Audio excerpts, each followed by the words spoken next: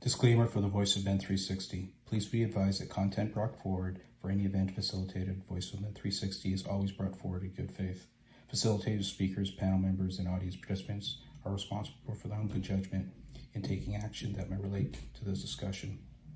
If you need crisis intervention or therapy, you need to engage the services of a mental health professional. If you have any questions about the disclaimer or the panel discussion, please feel free to contact Voice of Men 360. With that being said, should you choose to volunteer and participate, we welcome you. Should you decide to leave, we respect your actions and welcome you at a later date.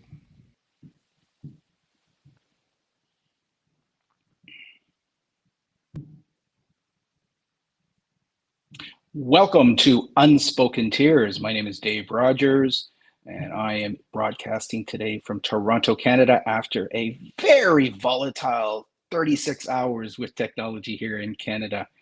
It is a pleasure and honor to be hosting somebody who's experiencing some technical difficulties in their part of the world, Dr. Mark Jones. I've known Dr. Mark Jones for about a decade and a half, and he has been one of the most incredible teachers, friends, and guides on my journey. Dr. Mark Jones, are you there today? Good morning to the world out there. Wow, it's like the way I've seen you for many meetings, Mark. Great to have your energy on the channel today to talk about a topic that is probably one of the most important right now, and it's all about mental health and wellness. Mark, share a little bit about yourself. I'd love to hear what is your current model of the world. Dr. Mark, what are you doing today? Currently working with training in quantum EFT and feng shui, essential oils, and assisting the planet with structured water and proper air quality using structured air, ionization, and assisting in counseling and other projects. Fantastic. Mark, you've been involved in so many projects around the world, and we have a beautiful picture that's going to come in and out during our interview or conversation today. The importance of water in one's health, the importance of good air in one's health. When we first met in Pune at Osho's ashram, what were you looking for there? You. Quite honestly, for those of you who are okay with kind of more of the spiritual path, I actually communicate with my guides, teams, angels, if you believe in such things, or intuition, or higher consciousness, however you must wrap your head around it. Intuition or guidance said, you need to go to Pune.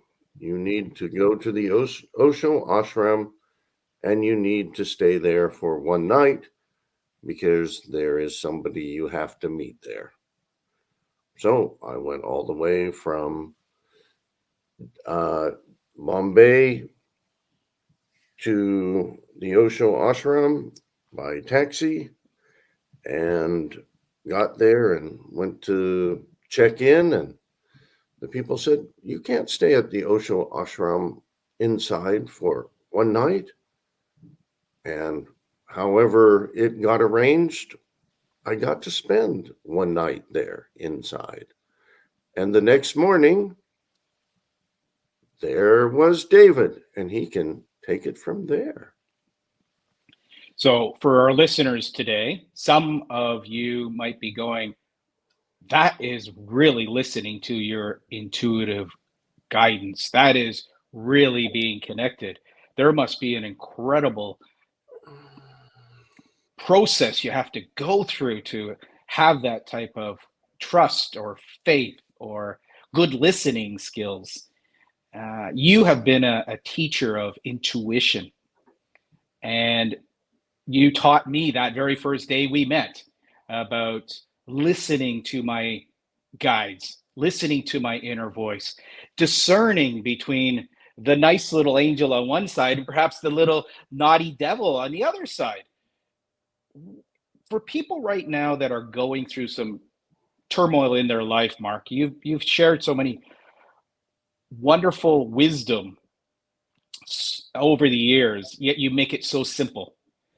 Share a little bit about the importance of words and perhaps one or two key words that you invite people to practice as part of developing a greater conversation or intuition with themselves.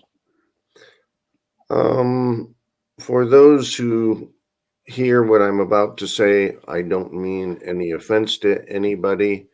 And if it's not your path, my apologies for those. But this is my understanding of the way the universe works. So again, I don't mean to offend anybody. And the first thing I would do when I begin assisting somebody, I would request that they make this statement: gatekeepers of light, guardian angels, kachinas, helpers, divine beings, I give you permission to do your job if you're not doing it already. And why do I start out with this? It's called spiritual hygiene. When we start our day and start our journey, we have physical hygiene that most of us do, like brushing teeth, showering if the water is available, cleansing.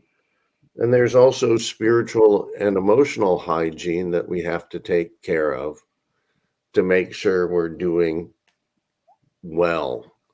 As we know, oftentimes that if we don't keep the emotional body clear, that it can lead to physical manifestation and illnesses.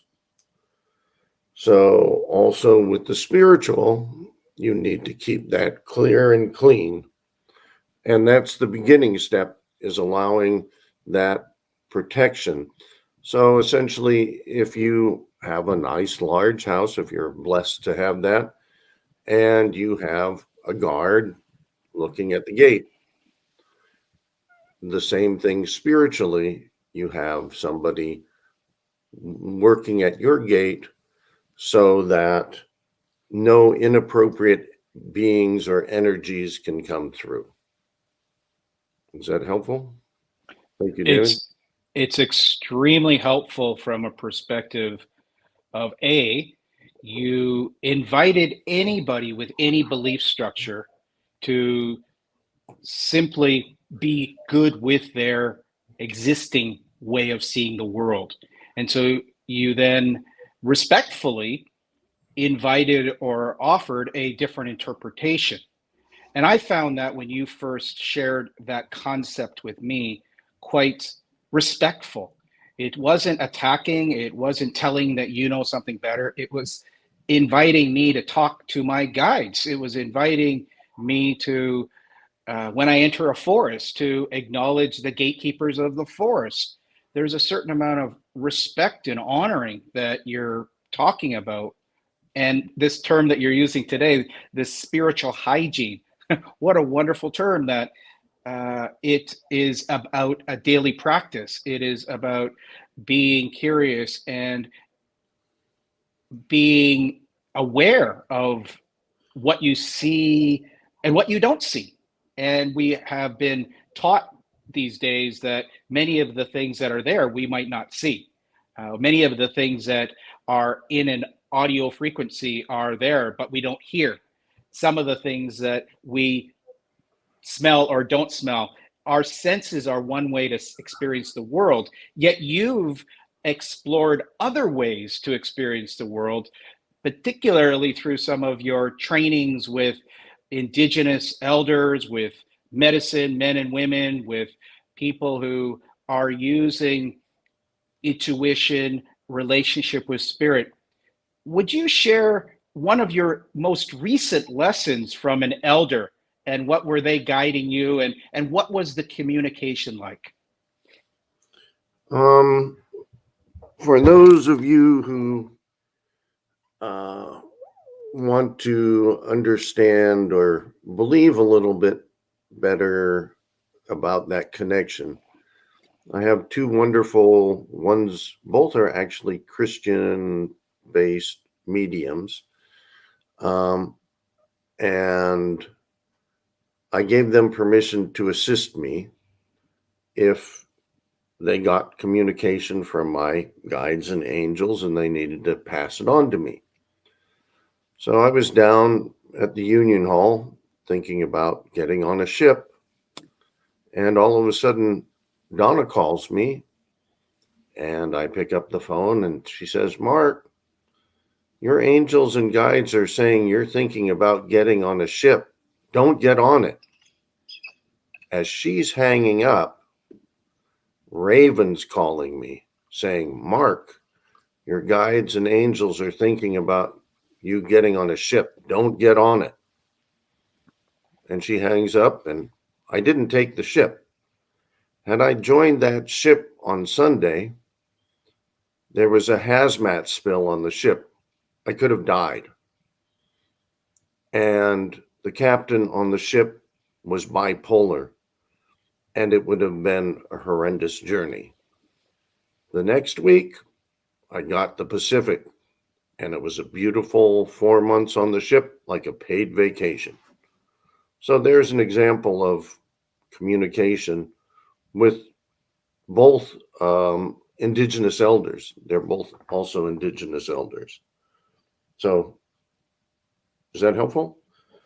Well, again, it's again a demonstration the way that you engage with voices, you engage with people who have developed a sixth sense, a seventh sense, and you've developed a trust to listen to it.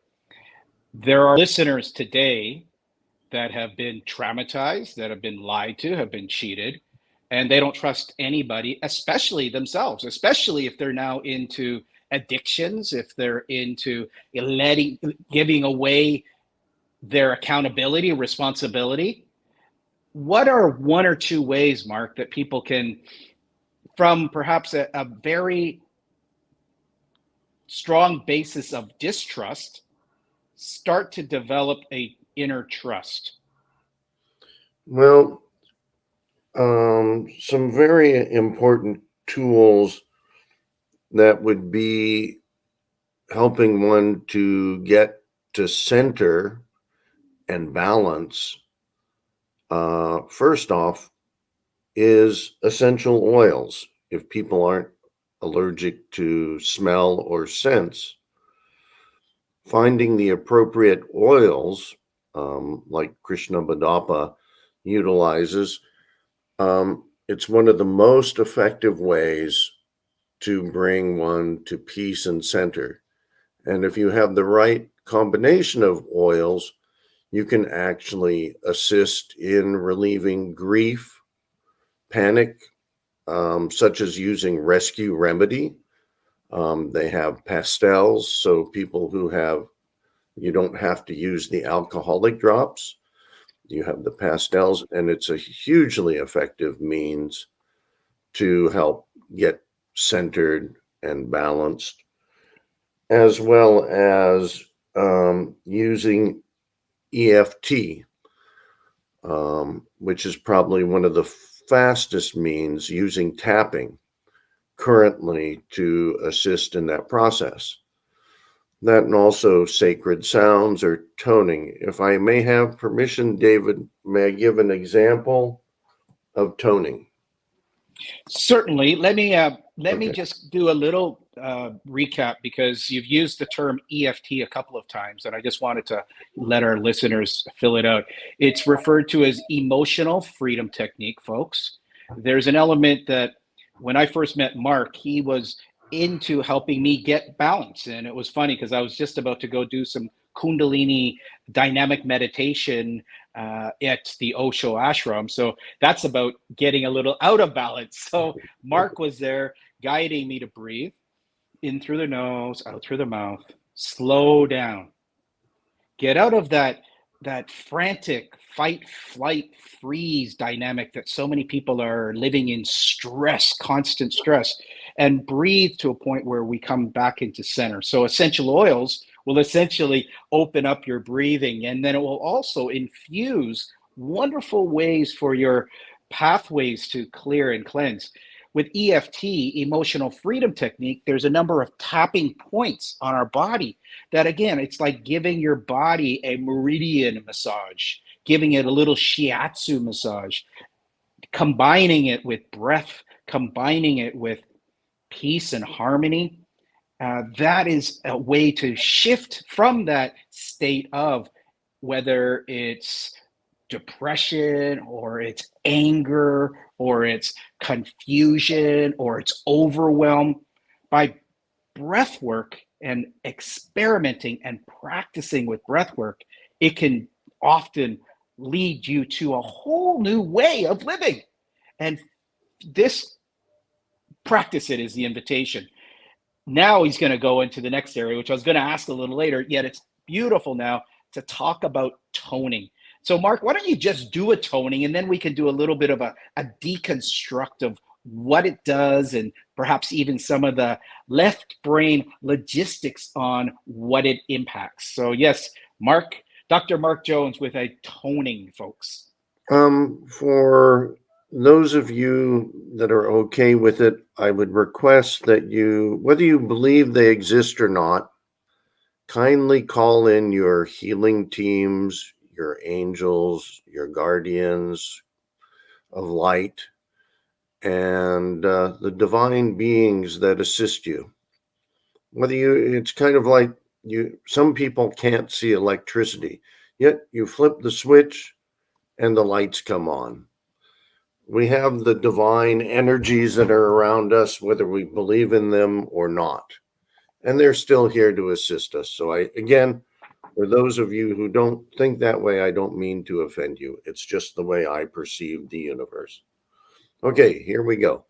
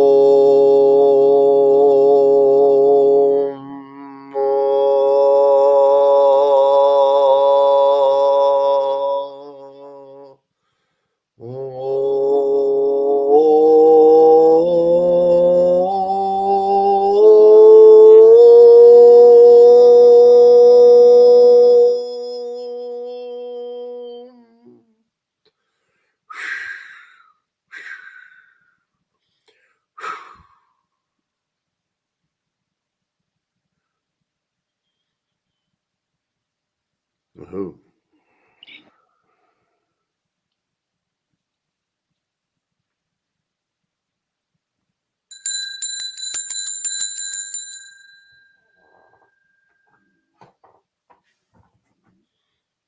Thank you. Thank you. Thank you. Thank you.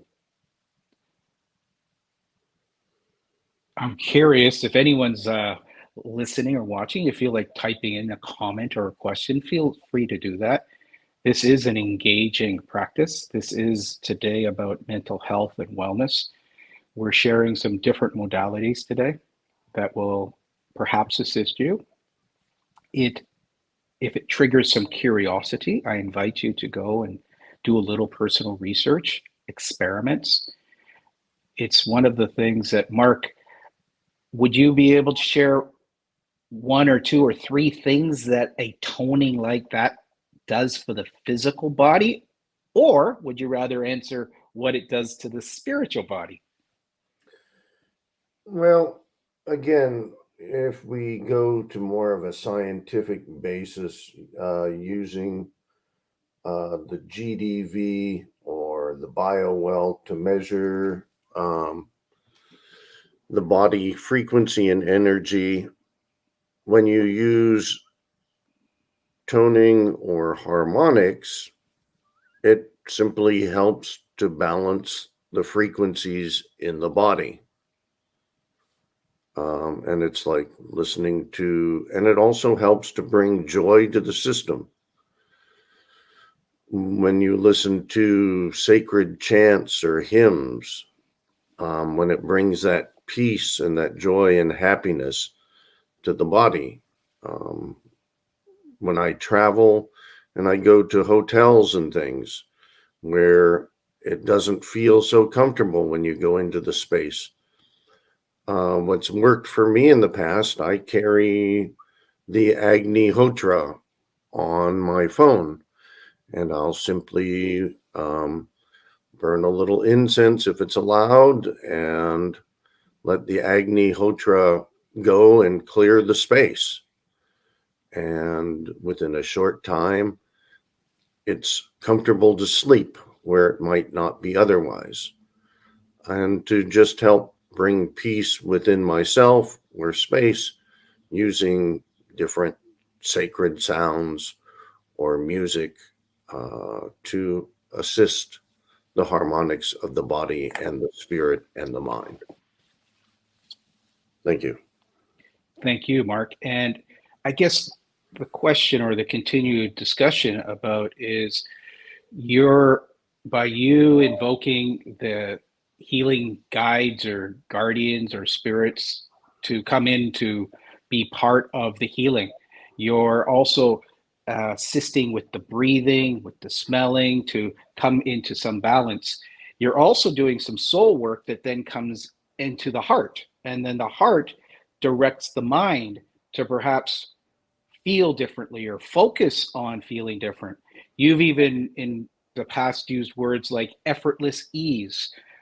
When people are creating a spell in their life that, oh, it's so hard, it's so difficult, I'm overwhelmed, I'm stressed out, they're creating this chaotic vortex of energy that is so fragmented and so scattered, where that toning, it tones everything, it brings it back into balance, perhaps even along the meridians, even along the key areas of the body, to allow one to feel peaceful, feel rested, feel joy, feel bliss.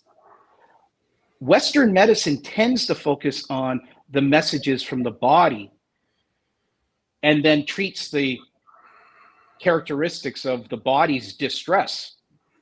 What you're doing is treating the soul to bring it into the heart, to perhaps influence the mind.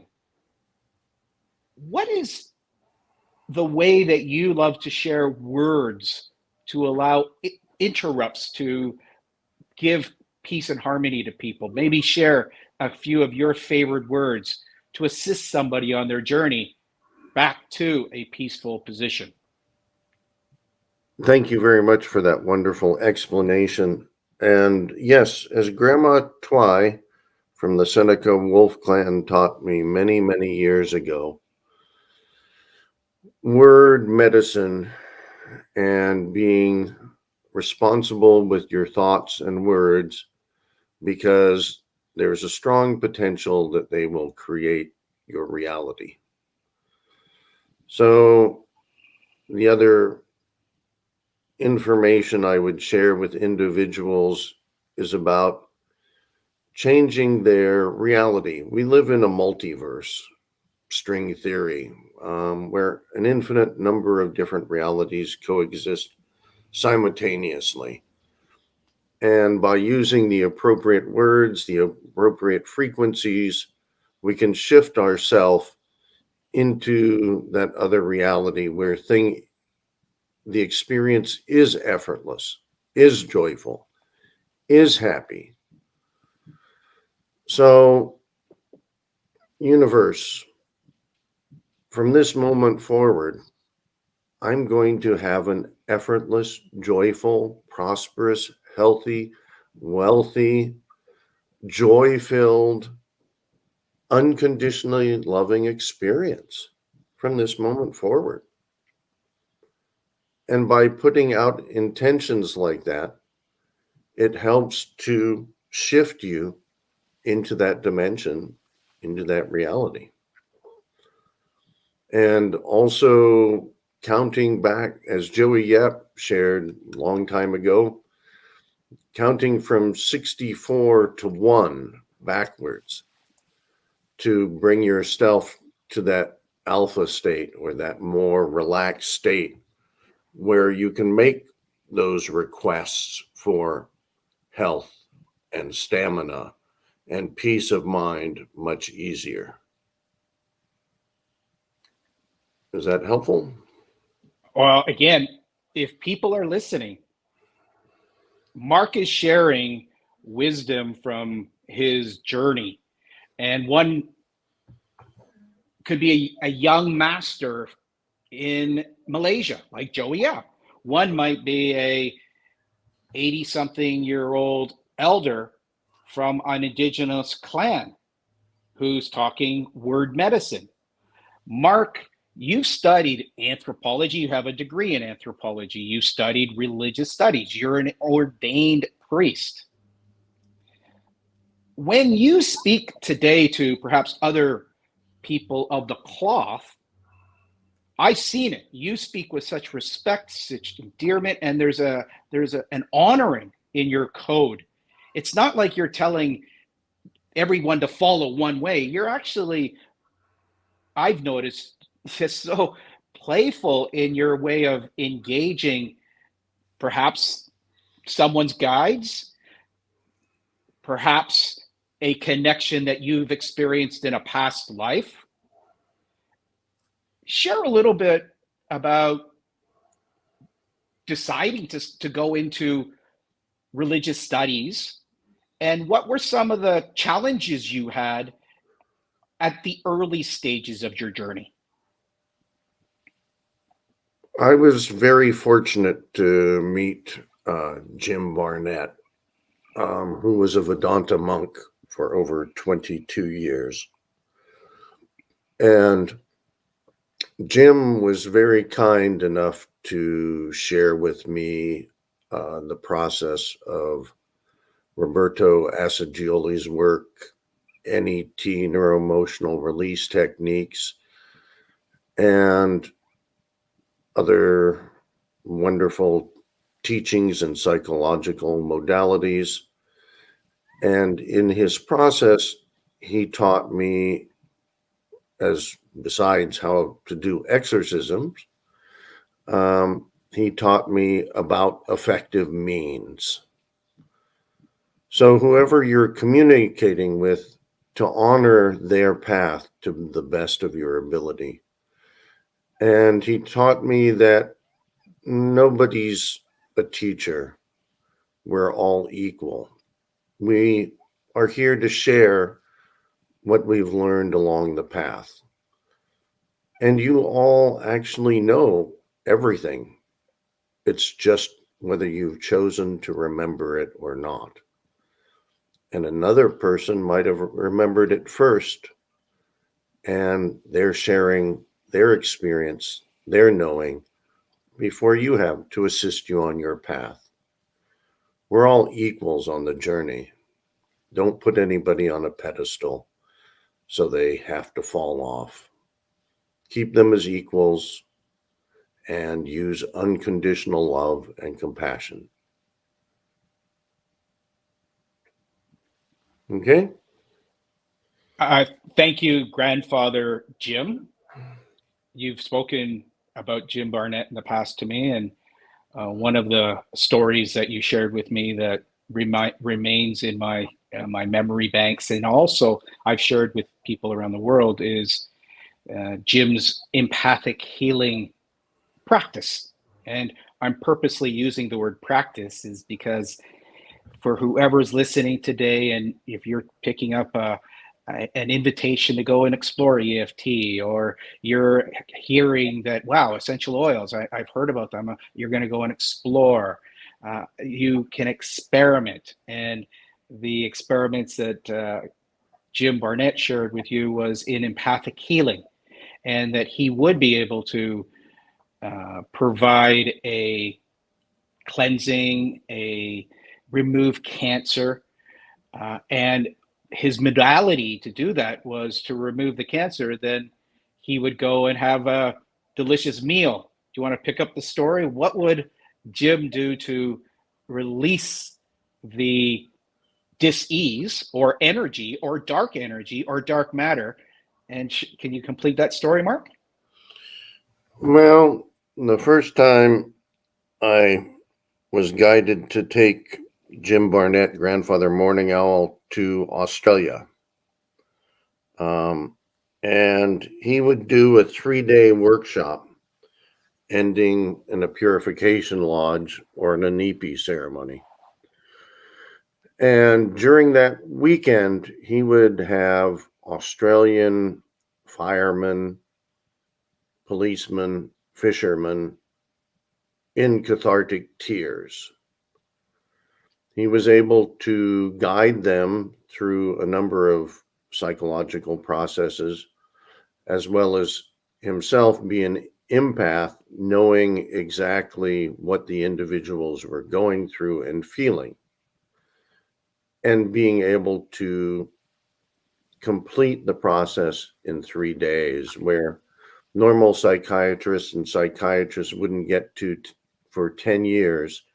They would be completed in 3 days through his combination of different modalities, using effective means for the group. Thank you.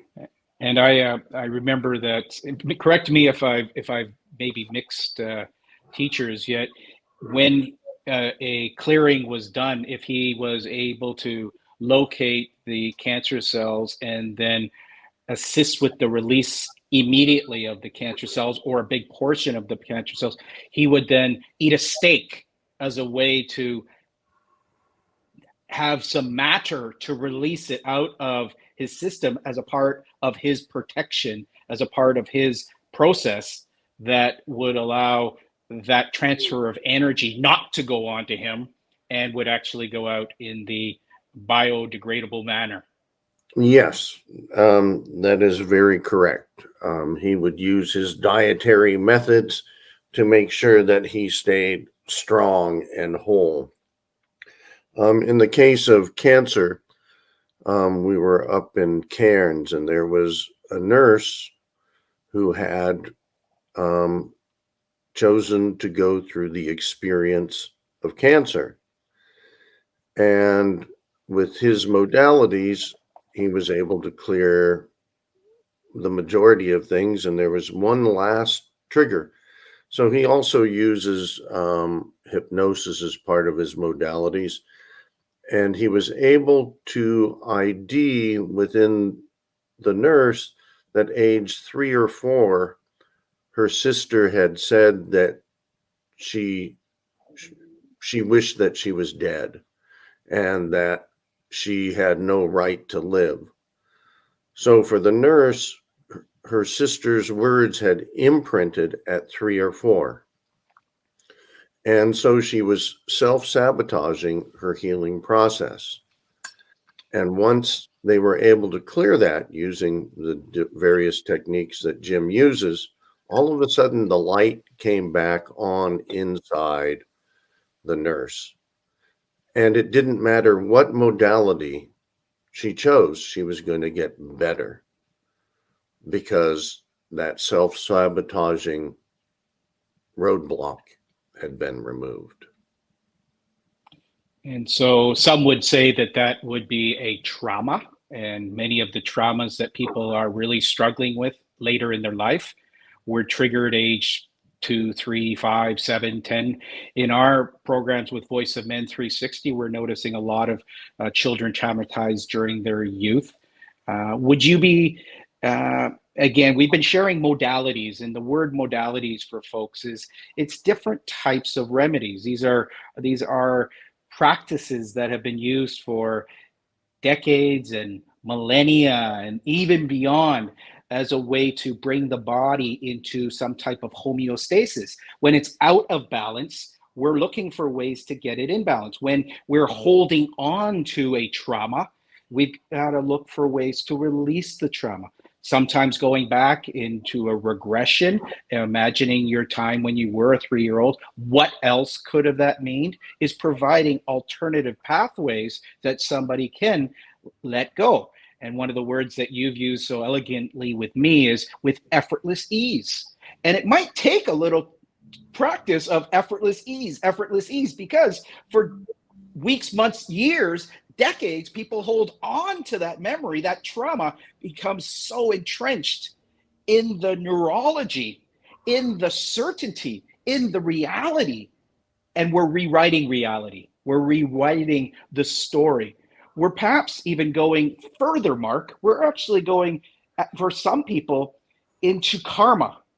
Share a little bit about karma and the way that karma impacts people's journey, present and now. Okay, thank you. Of all the different modalities that I've seen so far, NET was probably the most effective, combined with grief recovery, diet, other things that Jim had taught me. And what I've been studying recently is quantum EFT with Jenny out of Australia. And quantum EFT takes into kind of account the karmic lesson without calling it that way. Because using quantum EFT and the tapping solution, it allows the individuals to go to those different places in one's journey. And her webpage describes it more succinctly. The ability to access the past DNA and to clear that, where in her workshops, I have seen people who had pain, physical pain, that was related to past life, that using the quantum EFT, she had cleared in approximately 15 to 20 minutes. And it was gone, provided that the people were ready to release it. Past life. An example using quantum EFT was a friend of mine, Jeffrey. And when she was working with him, he realized that he had been a pirate in the past. He had 3 different companies that were stolen from him. And part of that was due to his karmic experience of being a pirate in the past life. And he had 5 pirate ships. And in the session, he realized he'd been thrown over the side in a past life and died, drowned. And that one of the person who'd actually thrown him over the side and seized his ships was actually one of the people in this life that had stolen one of his companies. There's an example of past life.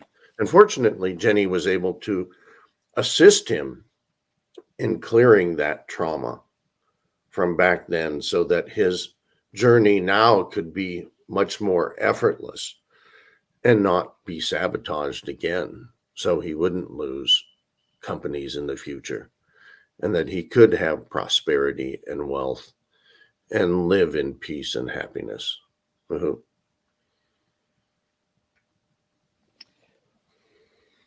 I'm having a feeling that people are still perhaps curious a little bit more of, how does karma get passed on? Does it get passed on generation to generation? Does it get passed on through the soul? Does it get passed on through DNA? What would be a little bit of a download or perspective from you, Mark? There are a number of different perspectives on how karma happens.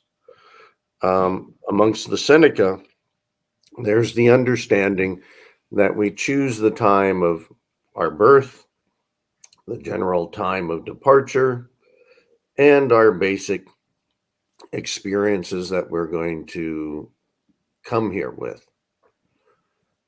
And with that knowledge, there's also a soul contract that happens before we enter, that we actually sign up to go through certain experiences. And part of that contract may be to clean up things that we did in the past. So that if we choose to get off the wheel, we can. And then others, like in quantum EFT, Jenny's work, they also tie it in with the DNA structure, and going to the Akashic records and being able to clear the books, you might say. Well, I would, and I might, because when we were chatting in Singapore, I believe, you were referring to Akashic Records with me, and you made a couple of suggestions that my next trip to India that I go and visit and get some Akashic record work done, and I did. And I guess my question to you is share a little bit about what are the Akashic records, and does everybody have an Akashic record? Well, in India, fortunately, there are the nadi leaves where you can actually physically go and have your nadi read. There's a number of different types of nadi. There's Agastya, there's Vashishta, and there's Brigu nadi. And nadi leaves were written, the last translation, at least for Agastya and Vashishta, was done over 300 years ago.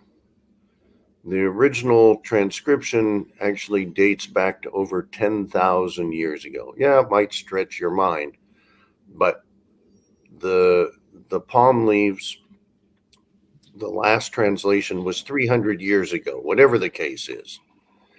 And the first time I had my nadi leaves read, I'd taken my godmother, Pauline, from Singapore, and a doctor friend from Singapore as well.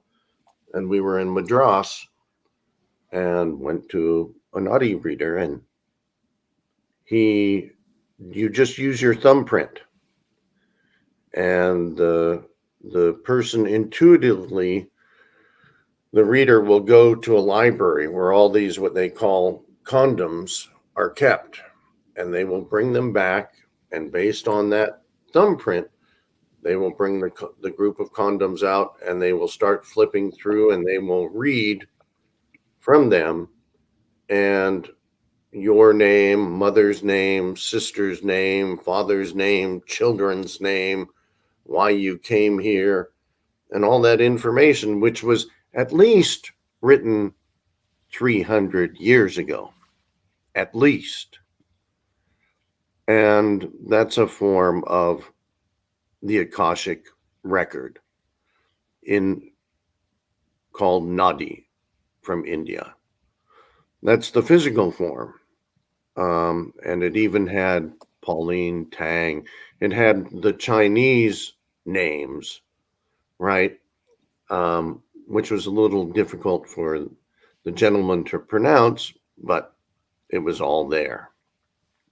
For the doctor, for myself, for Pauline.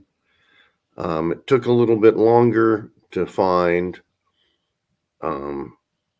Dr.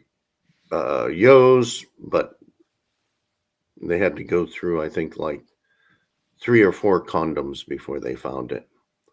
And Pauline's was like halfway through, and mine was like three in.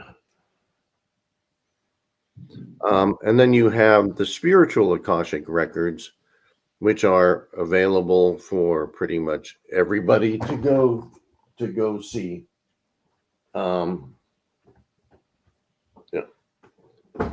And those can be done at a spiritual level where you're taken, like with Jenny, to the Akashic records, or going through hypnosis or Akashic record workshops, or through deep meditation, which can access like a library where you can go and pull each lifetime and take a look and it's experience that and help to clear that. Thank you. Thank you. And yes, I went and on your guidance, went to get some naughty readings in Bangalore and also in Mumbai, and I found it to be quite insightful. In one of them, they gave about a 90-page report, and I guess it fed the curiosity of perhaps things to look for, to be aware of, to almost have a little bit more playfulness in the journey, and that I stopped taking things so darn seriously. At the time, very wired, type A, drive, and it definitely gave me another modality or a different perspective.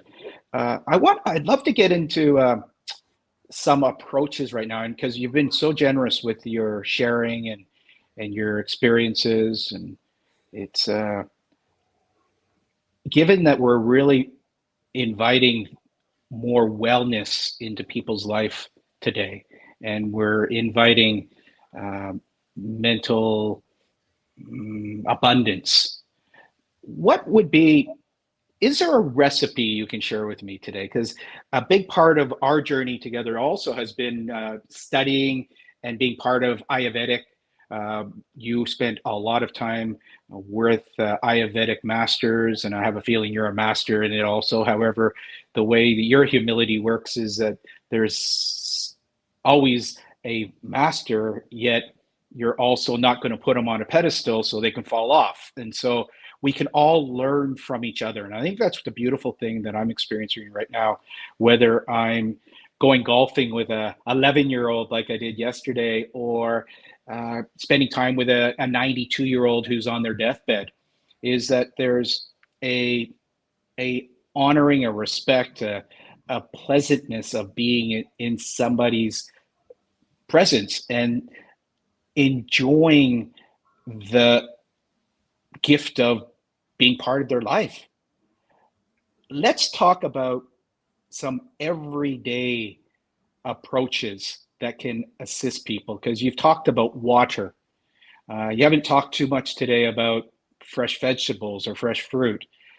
You've shared a little bit, well, specifically about word medicine, mantras, toning, chanting, giving compliments. We could go into some writings, some poetry, some acknowledging beauty, nature. I guess as I say all what I just said, I was always impressed with the way that when we walked in nature, the way that you demonstrated and showed the honoring of the gatekeeper trees, the honoring of all living beings. Share with us 4 or 5 tips that people could start infusing in their wellness recipe. Perhaps a couple of real basic ones, yet also perhaps spice it up with 1 or 2 that might be with taste, or might be with really tasting the nectar of the honeybee. Well, one key to life is keeping joy within the system. And when I was lecturing near Cornell University at a center, a lady was experiencing cancer. And I asked her, what brings you joy? Does music bring you joy? Does wonderful food, are there any key foods that you like that help to bring joy to your life? Is a sunset? Is it being out in the rain, the beauty of the wind? Is it listening to the wind and the rain? Does that bring joy to your being? grandchildren or parents or friends? Is there anything that brought her joy? And unfortunately, in her case, there was not one thing in her journey that brought her joy. And in that experience, that would definitely leave an opening for dis-ease to happen.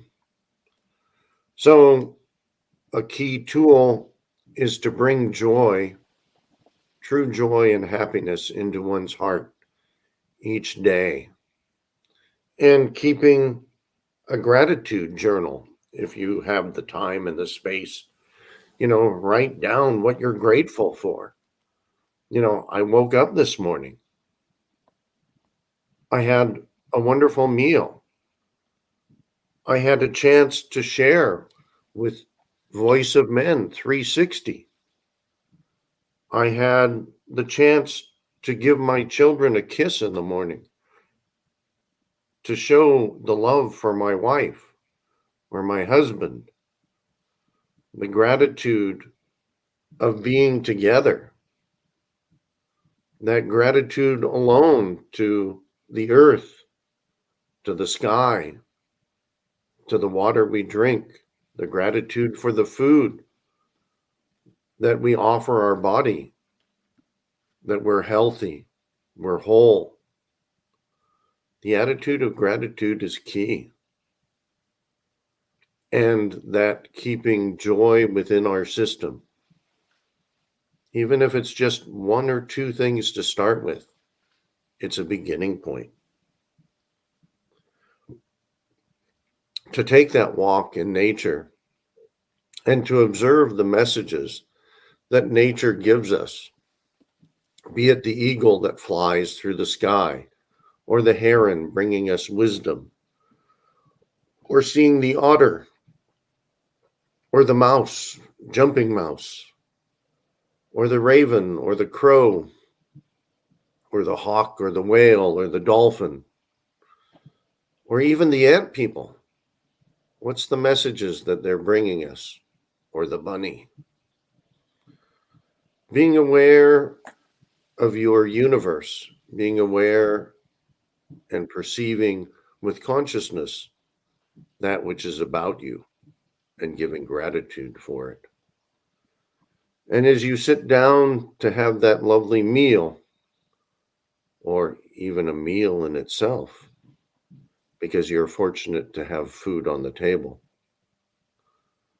or if you aren't fortunate enough to have food on the table, if you had to go to the rubbish bin and there was food, somebody had left, they hadn't finished, and it brought you nurturing, it brought you some joy to your spirit. And to offer up that food when you put it on the table, many beings give thanks for the food. And when I share with people, as I did with David when we had a meal, it's kind of like, take a bite of the food and see where it goes in the body. Then send gratitude to the food and take a bite and see where it goes in the body. Send the food love, take a bite and see where it goes in the body. And then send it love, gratitude, and thanks, see where it goes in the body. Then love, gratitude, and joy and thanks, and offer it up to your ancestors. Offer it up to your guides.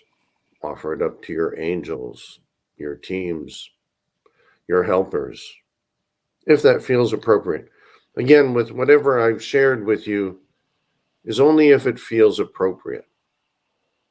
We have to use discernment in each and every moment, no matter what wisdom, what sharing people give us. We have to make sure it feels correct for us now, in the moment. It may be what I share with you, you put on a shelf, and maybe it's something you share with somebody else later.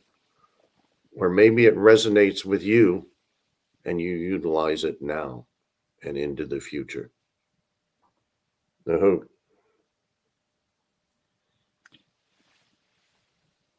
How? Thank you, Mark. I hope some folks are taking notes. I hope this message today really serves. There's so much wisdom here. Mark taught me the tea ceremony when we were traveling, and he would often gift people tea. I then brought home the tea ceremony to my mother, and I presented her the tea ceremony, and she broke down and cried because she was just so incredibly grateful that her son would honor her with the tea ceremony. So some of these modalities, if you experiment with them, your eyes might start to leak. That's also part of the healing, the raindrops into the oceans of healing. I'll also bring in a blessing that has been taught to me by my Tao masters in Canada and also in Thailand, is blessing the heart. Thank you, heart. Thank you, liver. Thank you, spleen. Thank you, stomach. Thank you, intestines. Thank you, kidneys. By bringing in a blessing and a thanks that Mark has also said to the ancestors. And I am so grateful that he also brought in that key disclaimer, if it feels appropriate. The funny thing is, it might make you smile, it might make you laugh. Yet, is that appropriate or inappropriate? If it's playful and it starts to trigger joy and your merriment in life, that's where Mark's comment, if it feels appropriate, is so appropriate. Mark, we've got about a minute left. Thank you so very much. Is there? Okay. Yeah, David, Yes. When people feel pain in the body, what I would like you to do, it's the phone message, ring, ring, ring, ring, ring, ring, ring, ring, answer the phone. Touch the place where the pain is in the body. The body's trying to tell you something's out of sorts. Go in, deep breaths, 3 deep breaths, close your eyes, ask the body, what are you trying to tell me? What's out of balance? And if you agree to make the changes, maybe it's as simple, I need more rest. You tell the body and you actually do it with love, that pain will disappear. So listen to the body, ask the body, communicate with your body. What's the message? What is the pain about? And you can normally release it simply, provided you will do what the body's telling you to do or asking you to do. All right. Mark, on behalf of, thank you very much, Camila, for adding some lovely comments to the discussion. I'm so glad that you were able to hear and listen to the wisdom of Mark and all of his teachers over the years. Mark's got so many more stories to share, and I'm hoping in a future show of Unspoken Tears or an upcoming panel discussion, Mark will come back and share some of his journeys and remedies and modalities to be able to transform from pain into joy, pleasure, peace, and harmony. I'm going to allow you one more last word, Mark. That was sort of a last little minute instruction. Is there a last tone or word that you would love to share with the group today? Yes, David, thank you for your clear guidance in the sharing today. And everybody, remember your emotional and spiritual vitamins. Take them each day with joy and happiness. And fill yourself with that unconditional love to the best of your ability. And ask for it to be an effortless, joyful, unconditionally loving filled journey from this moment forward. Thank you.